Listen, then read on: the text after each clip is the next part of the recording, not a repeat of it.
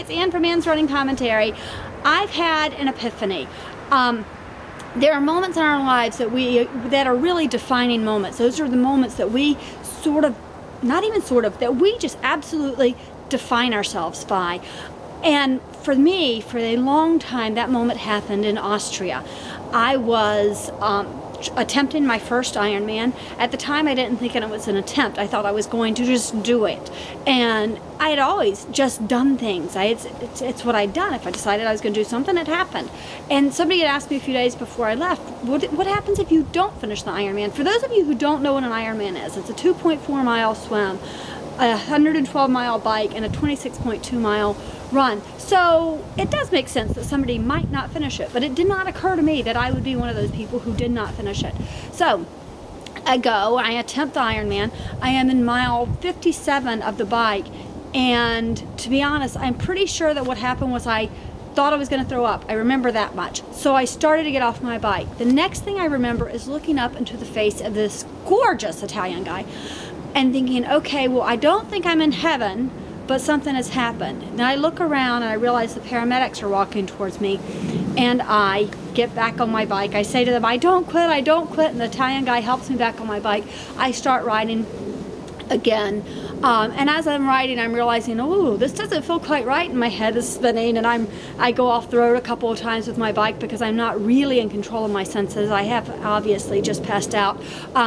There are reasons why I passed out. They were health reasons, but I had to make a decision at that point because I knew I'd ridden this course. I knew that what was coming up was a great big hill, and I decided I have to quit.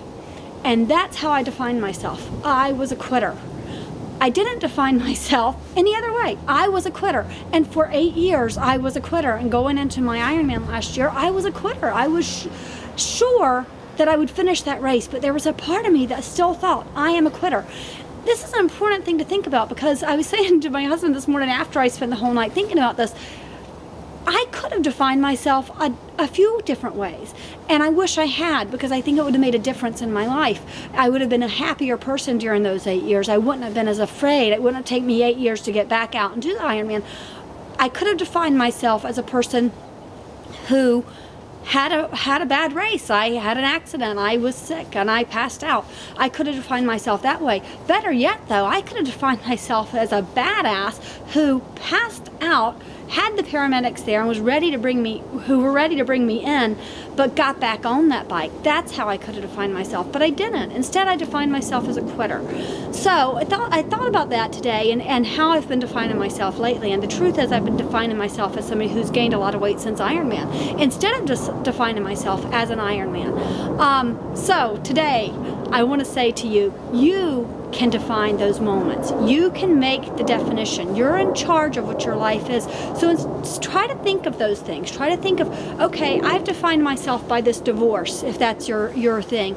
And that's not my case. Instead, I'm going to be the survivor. I'm going to be the person who survived this divorce and came out of it better on the other end. Whatever it is, try to find the positive as opposed to the negative, because it has taken me over 8 years now to find that positive and realize, you know what? That moment in Austria was not about my quitting. That moment in Austria was about me getting back on that bike and trying it anyway. All right, guys, please subscribe. The button is down there. I've been pointing up there. The button's down there. Subscribe and like. Please, please, please like my videos, because I really, if you share them with your friends, maybe they'll get something out of it, and it'll help me. So thanks a lot, guys. Take care. Bye-bye.